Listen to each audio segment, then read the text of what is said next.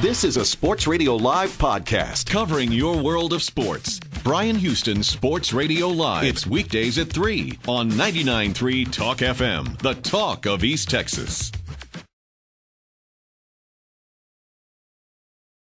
Birthday, Earl, and hello to all the Campbell family members out there. Great stuff. Just a few minutes, we're going to be talking to Matt Flynn, the former Robert E. Lee Red Raider, former LSU Tiger, former Green Bay Packer backup, and now he is with the Seattle Seahawks. And we have been wanting to talk to him. We talked to his dad back when he signed the contract, and the announcement was made that he was going to be a Seattle Seahawk. And we're very excited about the opportunity to finally get him on the line and talk to him and see how things are going in Seattle now, and talk about what his future is going to be like there. But we'll be working on getting him on the phone in just a few minutes. In the meantime, we've been talking about whether RG3 is a good fit in Washington or not, which drives Craig crazy. I mean, I love that. I don't. I love watching you sweat. I'm hoping that it is RG3. Like I said, I wouldn't mind if it's Andrew Luck at the end of the day, but I hope it is RG3 because I just feel like for a team that hasn't had a true superstar on it for quite some time now and has been struggling, I mean, really when you look at it and your main superstar on your team or your face has been like Clinton Portis off and on for the last several years, then it's not really a good deal. So, all right. This is what we've been waiting for. We've been waiting for this for weeks now, and we're so glad to finally get him on the APEC VIP hotline, cutting-edge training for the serious athlete, apecgo.com, from Tyler, Texas, by way of Baton Rouge to Green Bay, and now with the Seattle Seahawks, the new Seahawk quarterback, Matt Flynn. How you doing, Matt? I'm great. How are y'all doing? Doing very well. Congratulations on finally landing someplace. Let me ask you what the ordeal was like, having to wait for Peyton Manning to make up his mind what he was going to do before you were able to kind of see where you were going to be able to land. Yeah. First of all, thank you. But it was kind of a long week. I didn't really know what to expect going into it. Obviously, never been a free agent or anything like that, so I didn't know if it was going to be done in a day or a week or whatever it'd be. But obviously, Peyton Manning was out there, and so obviously teams are going to go after him. He's eventually going to be a first ballot Hall of Famer. So if he's out there, people have got to go for him. And so it's something that I was just kind of waiting around and seeing what was happening. There's nothing I could really do about it, but just kind of waiting around and answering my phone when it rang and see who all was interested. As your time was winding down in Green Bay, the talk was in some circles that they might slap the franchise tag on you. Mm-hmm. How nervous did that make you? It didn't make me that nervous. Obviously I wanted to test it and go somewhere else and try to compete for a starting job, but I didn't really know what the deal was. I knew it was kind of out of my hands, so I didn't let myself worry too much about it. But I loved my time in Green Bay and loved being up there, so I wouldn't have complained too much about it. Was there any team in the back of your mind that you were thinking about saying, boy, that'd be a good place for me to go prior to the process? Prior to everything, you don't really know what's going on, so you can't talk to anybody. You can't have any contact whatsoever, so you don't really know who's interested in you. So you try not to let yourself, dream of different teams or whatever. But I kind of would, look at different teams and see what they had around them, and I picked out things I liked about all the teams, and it was when it came down to it, I feel like I ended up in a great spot, and I'm very excited about it. Was Seattle even on your radar when you first got free? Yeah, it definitely was on my radar, just, because I had a connection with the GM, John Snyder, from my Green Bay days, when he was part of the organization and up there when they drafted me. So he was one of the guys that helped bring me in. But everybody looked at the situation when your offensive coordinator got the Miami Dolphins job and figured that was going to be the place where you were probably going to wind up. I guess you felt that way too?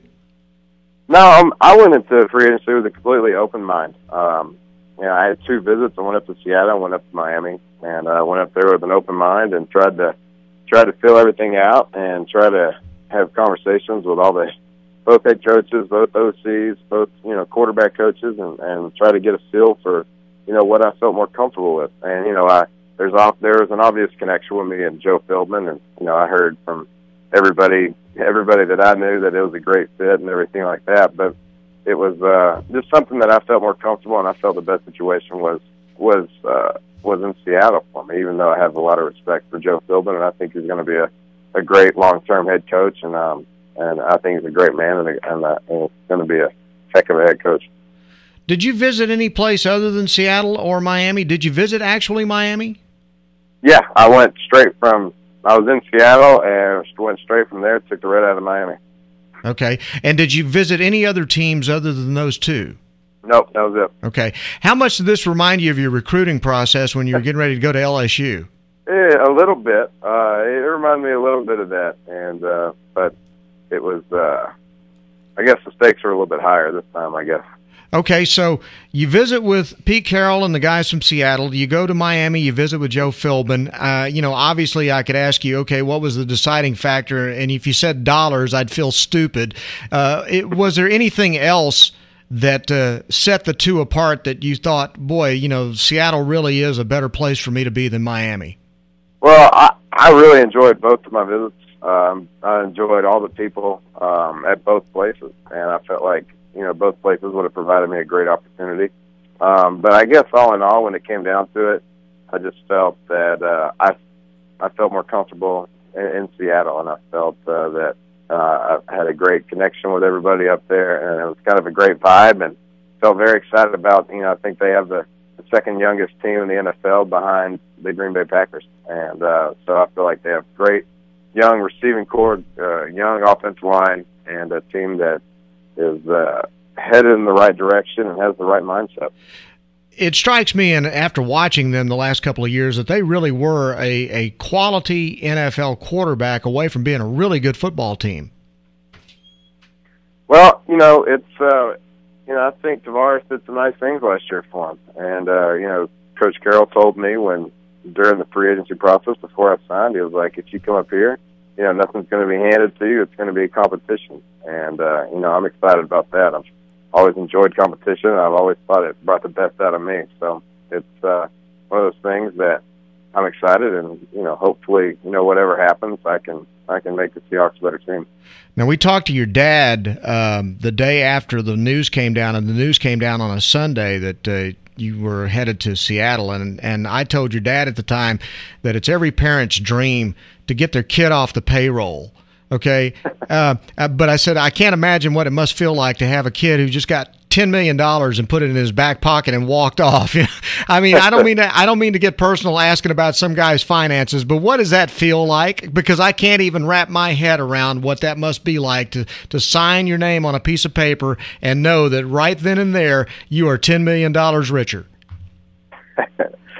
Well, I mean, it was, obviously it is a good feeling, but to me it's about so much more than that. It's about being able to play the game that I love for longer, and just still be in the locker room and have a chance to have an opportunity to be able to lead an NFL team. And that's something I've been dreaming about for a long time. And so I think I'm more excited about that than all the extra things that go with it.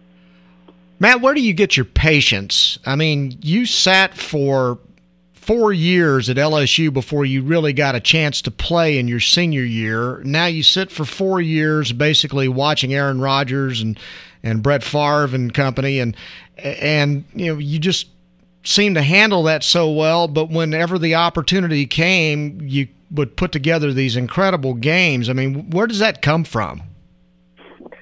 Oh, I don't know. I guess it just came from always being prepared. Always prepared like I was a starter. And, when my opportunity came, I wasn't ever startled by it, or I wasn't ever surprised. I was ready for it and was prepared for it. So it's, I don't know, it's just been kind of something I've always been, always had with me. I've always been a laid-back guy and a patient guy. So it's just something I've been fortunate to have, and I've been fortunate enough to go out there and have success when I've been called upon.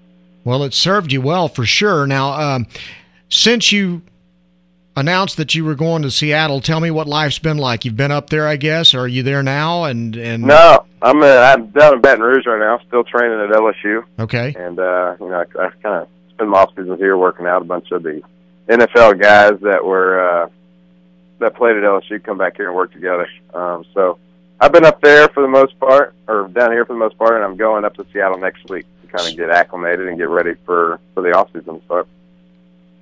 Have you found a place to live and all that kind of stuff? Not yet. That'll be first on the list, though. So we're just kind of rough it for a little while and trying to find a place to make home. Okay. Now you're not married yet, are you? Not married. Have a girlfriend.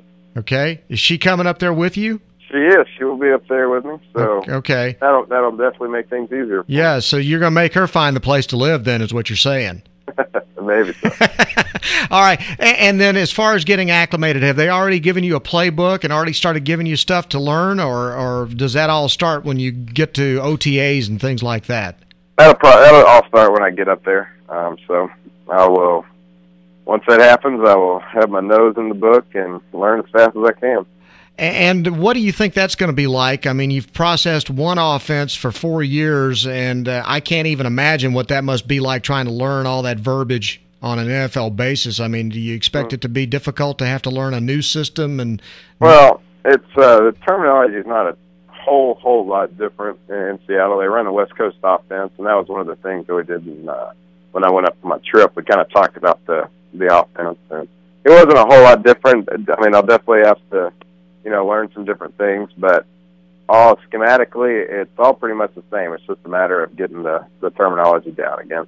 Okay, and then it's just a case of getting out there and throwing with those guys and getting used to timing and all that, then, I suppose.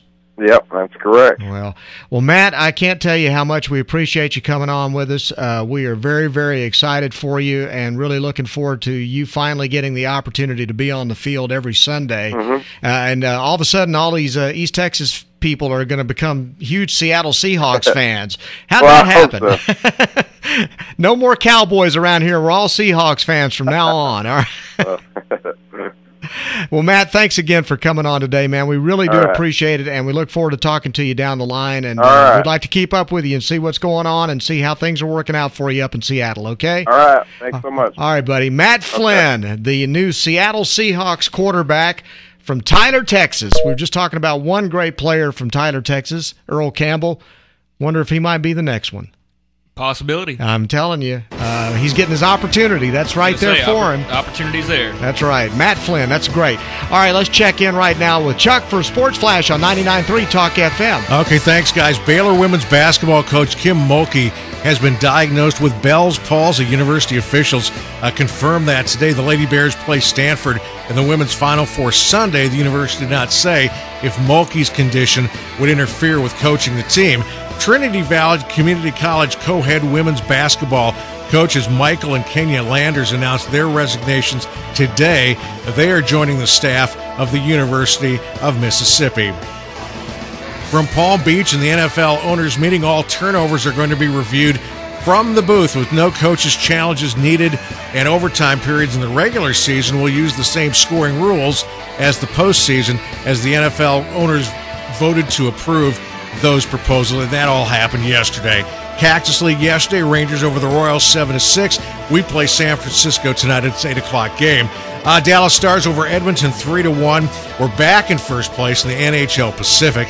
I'm Chuck McKinley. This has been a Sports Flash on 99.3 Talk FM, brought to you by AP Rentals. Find them online at aprentals.net and go ahead and find them on Facebook. Your home for positive, upbeat conversation about what's going on in East Texas is 99.3 Talk FM. And Good Morning with Terry Miller, weekdays. Terry wants your help in getting the good word out. Call the Sudden Link Bundle It hotline, 903-509-8255, and tell him something good. You can call anytime, even when Terry's not.